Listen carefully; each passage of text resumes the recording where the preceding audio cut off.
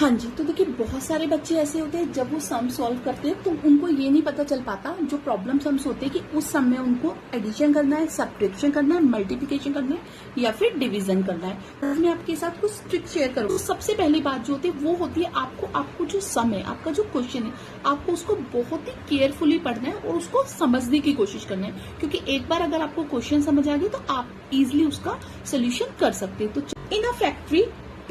if a factory produces 1285 toys cars every day, यानी कि एक फैक्ट्री प्रोड्यूस करती है 1285 कार्स एवरी डे, तो how many toys cars with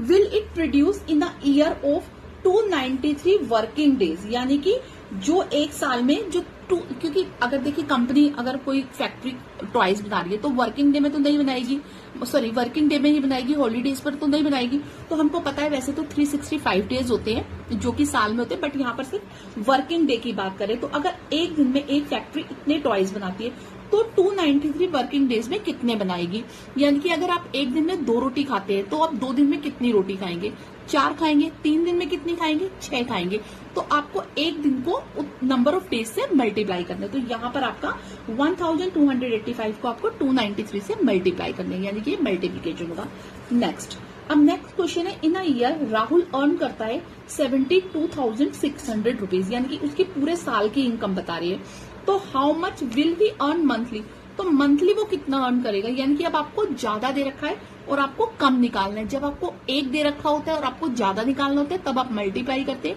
लेकिन जब आपको ज्यादा दे रखा होता है और कम निकालना होता है फिर आप डिवाइड करते हैं। तो यहाँ पर आपको डिवाइड करना है, लेकिन यहाँ पर तो आप बोलेंगे एक ही डिजिट दे रखा है, डिवाइड किससे करना है। तो देखिए एक साल में, एक ईयर में राहुल इतने अर्न करता है, तो how much will he earn, तो मंथली वो कितना अर्न करेगा। अब वो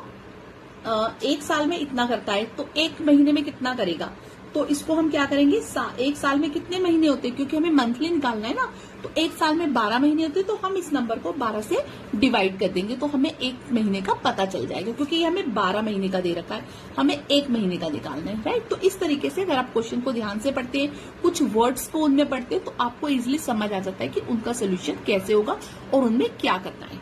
थैंक यू।